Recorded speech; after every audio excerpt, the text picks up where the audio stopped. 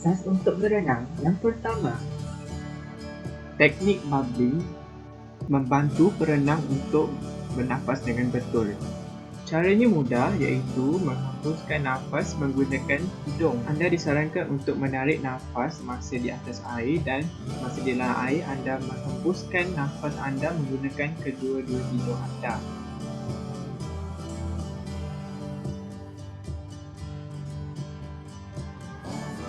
Ini bertujuan untuk mengelakkan anda berasa stres dan juga panik semasa berada di dalam air.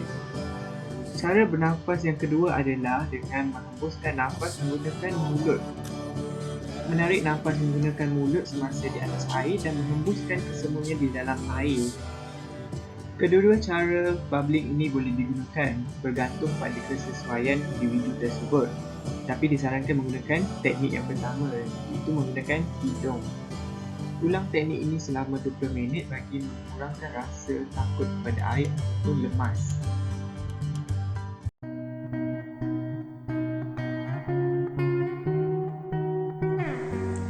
Assalamualaikum warahmatullahi wabarakatuh. Saya Muhammad Suzaidi bin Sadwali, S56832. Hari ini saya akan berkongsikan ilmu berkaitan dengan kaedah berenang yang betul, iaitu cara apungan dalam air. Jom saksikan. Kaedah apungan merupakan salah satu kaedah yang terpenting apabila melakukan aktiviti renang. Jika anda tidak dapat mempraktikkan kaedah apungan dengan betul, anda akan dikhawatiri lemas apabila melakukan aktiviti renang. Poin yang terpenting dalam mengapunkan diri di dalam air adalah badan anda haruslah rileks dan tidak gelabah. Jika badan anda gelabah atau panik, ianya akan membuatkan anda tenggelam di dalam air. Langkah pertama ialah anda haruslah mengambil nafas menggunakan mulut dan hembuskan dia di dalam air menggunakan hidung. Ia bertujuan untuk tidak menjudut air ketika anda berada di dalam air. Langkah yang kedua ialah mengayunkan kedua-dua kaki seperti mengayuh basikal. Lakukan dengan rileks dan tidak gopoh kerana ia bertujuan untuk menstabilkan diri anda di dalam air. Langkah yang ketiga ialah gerakkan tangan anda seperti mengipas ke bawah agar mengangkat tubuh anda. Ia bertujuan untuk menolak badan anda untuk bernaik di permukaan air. Ulang 3 perkara ini secara tenang dan insya-Allah anda boleh mengapunkan diri dengan baik.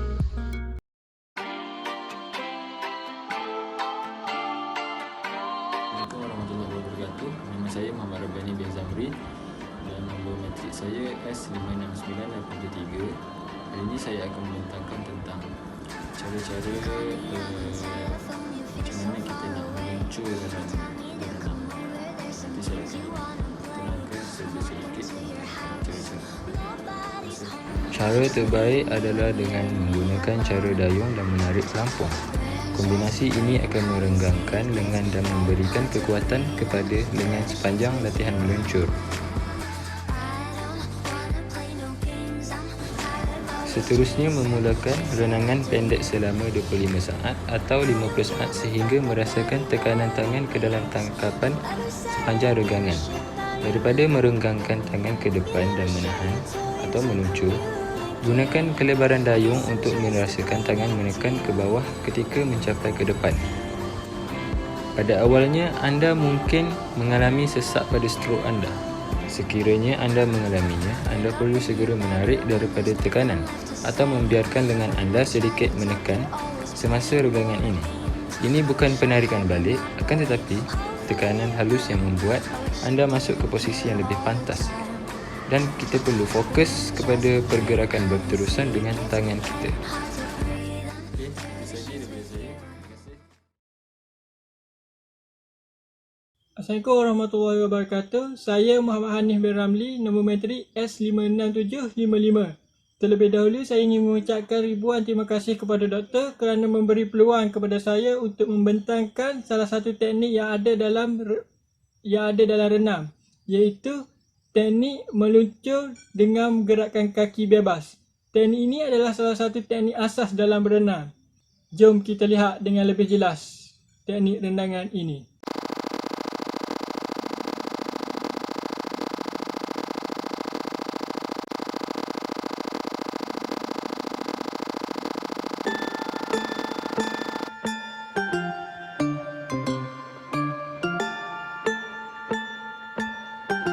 Untuk lebih mudah belajar teknik ini, boleh gunakan keyboard sebagai alat bantuan saat belajar gerakan kaki. Gunanya adalah untuk membantu anda terapun di permukaan air. Yang pertama adalah kedudukan ankle anda harus lurus. Kedudukan ini salah satu faktor untuk maju ke depan saat gerakan kaki gaya bebas. Tapi jika kedudukan ankle bengkok, jangan harap untuk maju ke depan dengan lebih laju. Ankle saat lakukan pergerakan jangan keras, malah ia perlu dilembutkan. Saat salah satu kaki anda terus ke bawah, anda perlu letakkan kedudukan ankle dengan lurus, dan saat salah satu kaki anda naik ke atas, anda perlu lakukan kedudukan relax atau terlihat bengkok. Seterusnya, cara meluncur sambil menggerakkan kaki secara berganti naik dan turun dalam kedudukan lurus. Gerakan kaki ini boleh digerakkan secara serentak, tetapi ia digerakkan secara bergantian naik turun untuk menghasilkan tenaga pada kedudukan kaki lurus. Seterusnya, gerakan ini juga bukan dimulakan pada lutut, malah ia dimulakan di pinggul anda. Jadi, paha hingga ankle anda juga diikut bergerak bergantian. Kedudukan terbaik kaki anda saat di air, di atas permukaan air atau di dalam air? Jawapannya, terbaik adalah di permukaan air. Jika di atas, maka tenaga anda boleh terbuang sia-sia. Jika di dalam air, gerakan kaki anda terasa sangat berat. Jadi, usahakan selalu berada di permukaan air untuk dapatkan renangan yang betul.